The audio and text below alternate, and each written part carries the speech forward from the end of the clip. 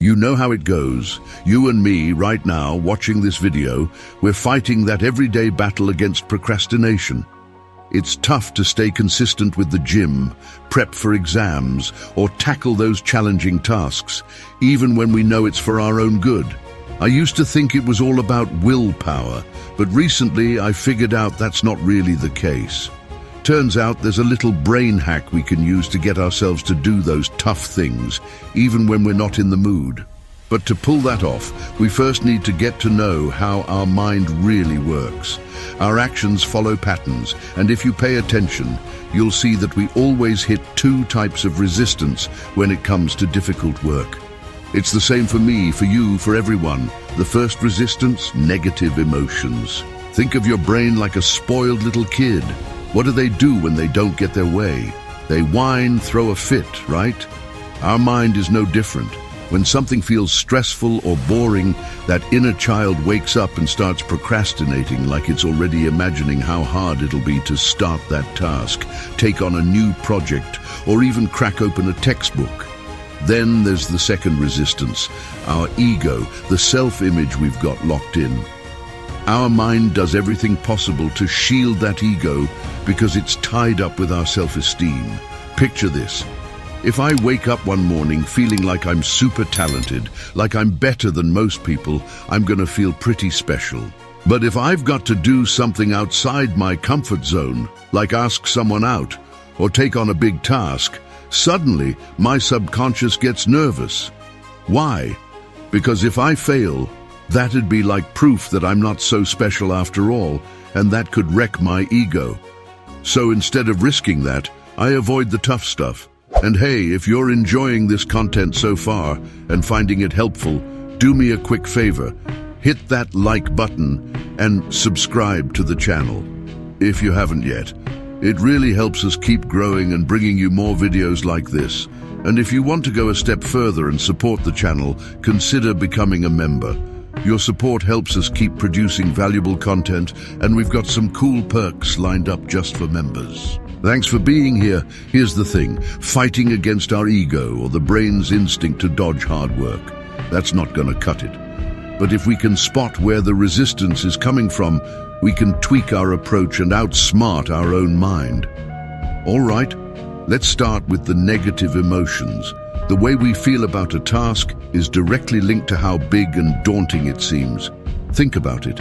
If I told you to go without your phone for 2 months, you'd feel a whole lot more dread than if I said just an hour, right? Same goes for writing a whole book versus just a single paragraph. Our brain is super visual.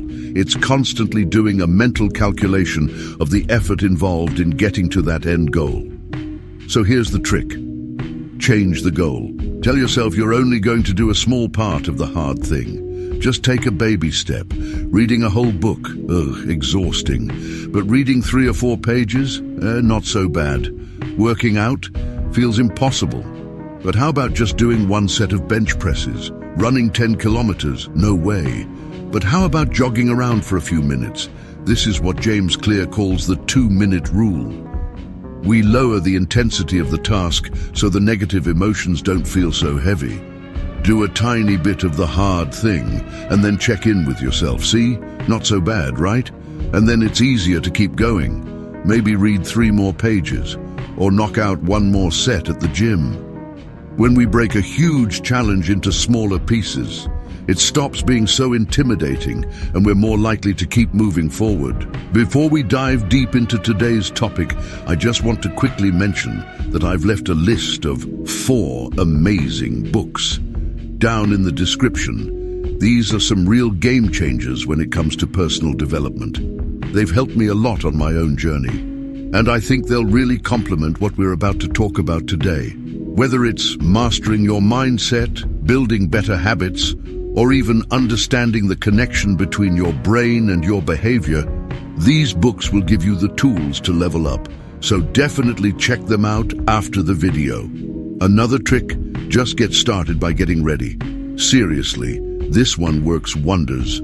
If I'm planning to train but feeling lazy, I don't tell myself to go train. I just put on my workout clothes, grab my shoes, and pick up my keys. If I'm dreading studying, I just open my books, lay out my study schedule, and grab my calculator. This little bit of action helps trick our brain. It's like, well, I'm already halfway there. Haven't you ever done something just because you were already halfway through the motions? Trust me, it works. Now here's where we bring in a bit of Buddhist mindfulness, right? It's all about gently acknowledging resistance, but not fighting it with brute force. Just like the Buddha taught, instead of pushing hard against these mental obstacles, we soften our approach. See, if we try to force ourselves to do the hard work, it's like fighting against the current. But if we flow with it, if we approach it with patience and self-awareness, we can shift the experience. Another powerful tool from neuroscience is task bundling, which taps into our brain's craving for rewards. You remember how I said the brain's like a spoiled kid? Well, sometimes you have to coax it. Imagine you're dealing with a kid throwing a tantrum about doing homework. What would you do? You'd say, hey, finish your homework, and then you can pick a movie to watch. You can do the same with yourself. Pair the hard stuff with something you actually enjoy. For me, I might tell myself, okay, I can watch my favorite show or hang out with friends, but only after I finish this task. It turns the difficult work into a stepping stone towards something fun, and that negative emotion loses its grip. At the end of the day, it's all about tricking our brain into working with us, not against us. Start small, soften your resistance, and before you know it, you'll be moving forward, one step at a time. Now let's dive into the ego for a second. Our ego, that sense of self we carry around, is built from our past, our experiences, and everything we've gone through. It basically defines who we are and shapes how we see the world.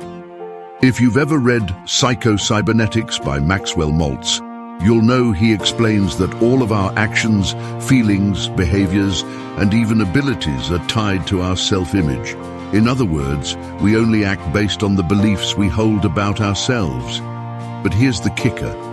Those beliefs have nothing to do with the action itself. Like whether I believe I can run a kilometer in 4 minutes or not, the act of trying is the same for both me and the person who believes they can. The difference is that our ego resists because it's scared of failing. So what can we do? I call it taking the pressure off the ego. When I was in college doing my engineering internship, I had to step way outside my comfort zone, like all the time. I had to give speeches, present seminars, make tough calls, lead meetings. It was terrifying, to be honest. But I worked alongside people who didn't seem fazed by it at all, even when they made mistakes. One day I asked a friend how he stayed so chilled and willing to take risks, and he said something that really stuck with me. He didn't overthink it. He just tried to enjoy the process, treating everything like a game. That totally blew my mind. What he was really doing was taking the pressure off. When you stop worrying so much about failing and just focus on having fun or being present in the moment, the resistance and fear naturally shrink. You actually start enjoying the process, and surprise, surprise, you perform better. It's like this whole idea of having fun while doing hard things can apply to so much of life. Seriously, try it. Next time you face something tough, shift the focus from the outcome to just having fun with it, and you'll see the difference. Now, I know what you're probably thinking. Dude, there's no way I could find something like waking up at 5 a.m., running in the cold, or lifting heavy weights fun. I get it, I really do. But here's the thing. There's another trick we can use to tweak the way our brain talks to itself. We're all constantly talking to ourselves, right? But most people don't realize how powerful the words we use are. There are these little nuances in language that we can leverage to trick our brains into seeing things differently. For instance, if I tell myself, I need to work out and get in shape, my brain is going to pick up on that and think, you know what? Let's not work out today. Why? Because the phrase, I need to get in shape, implies that I'm not in shape, and subconsciously, my brain aligns with that identity. Someone who's not in shape doesn't work out, right? So I end up resisting the gym, But if I switch it up and say, I am a person who trains, it totally changes the game. Now my brain aligns with the idea that a person who trains is already someone who exercises. It's tied to my identity. And like we've talked about before, our actions are always linked to how we see ourselves. I know it might sound kind of out there. I'm not saying we should blatantly lie to ourselves, like I can't wake up and tell myself I'm launching a billion-dollar company tomorrow. That's just not realistic. But the way we frame our self-talk is key. The trick is to align our identity with the actions we want to take, not with some pie-in-the-sky end result. I'm not saying I'm a world-class athlete. I'm just saying I'm someone who trains. See the difference? One is grounded in reality and progress, and the other is pure fantasy. Of course, we can't just fool our brains forever. This isn't about using some mental Jedi mind tricks to avoid hard things all the time. Over time, the real goal is to build consistency. Once we're consistent, that's when we see the snowball effect. Small, regular actions lead to progress, and progress builds motivation. Let me give you an example. When I started seeing muscle growth from going to the gym, I got more motivated to keep going. The more I went, the better I got, both in terms of results and how I executed my workouts. It's like a positive feedback loop. We all love seeing ourselves get better at something. Nobody enjoys being bad at what they do, right? And those negative emotions tied to being bad at something start to fade once we build momentum. Once you develop consistency, something amazing happens. You start enjoying the hard stuff. You start enjoying the burn of lifting weights, the mental strain of studying, the challenge of pushing your limits. That's the ultimate goal. It's not about tricking your brain forever. It's about getting to the point where you actually start to love the process itself. And trust me, once you're there, doing hard things won't feel like such a burden anymore. You'll enjoy the grind, and the grind will make you better. Give it a shot.